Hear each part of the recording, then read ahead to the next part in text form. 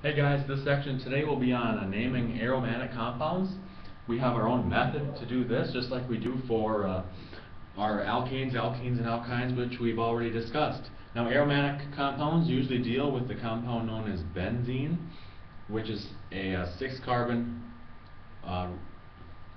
ring structure in a hexagon formation with alternating double bonds, and we usually write that as, just a regular hexagon with a circle in the center. Okay? Now, the method for this, the first thing we do, we always count the longest carbon chain, and we name the parent compound right away. Now, usually for aromatic compounds, our parent compound is going to be usually benzene. However, we need to look at our functional groups that are hooked onto the benzene and also name accordingly. So sometimes we might have toluene in case there's like a 1-methyl group attached to it, then it would not be benzene anymore. You must watch out for the functional groups. That's why you really need to memorize those functional groups that he has talked about in class.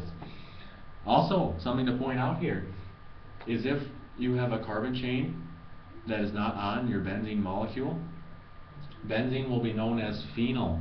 And you need to treat your benzene molecule as a branch, and then you would just name your compounds as you would do an alkane, alkene, or alkyne.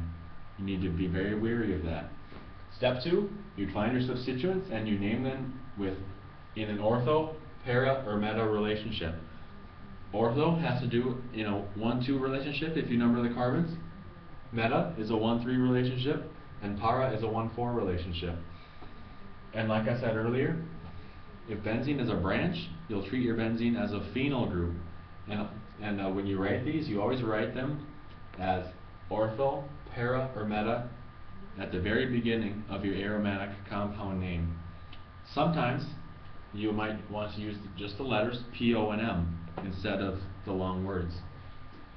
Step 3, if there are more than 2 total branches, you never use P, O, or M, but you'll use the carbon numbers and follow the procedure just like you do for alkanes. So let's say we have the molecule,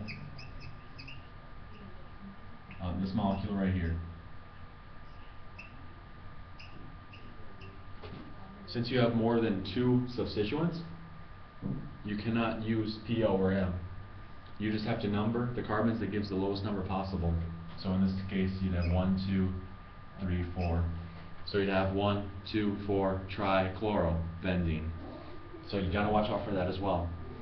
Fourth step you do, after you have all your branch names written down, you alphabetize. And then the 5th step, you add prefixes. So in this one, you would have trichloro because there's 3 chloro branches. And then after that, you are done. Follow this method every time, and you will not have any problems naming aromatic compounds. I encourage you to watch all my examples where I show special details which you want to watch out for when you're naming aromatic compounds.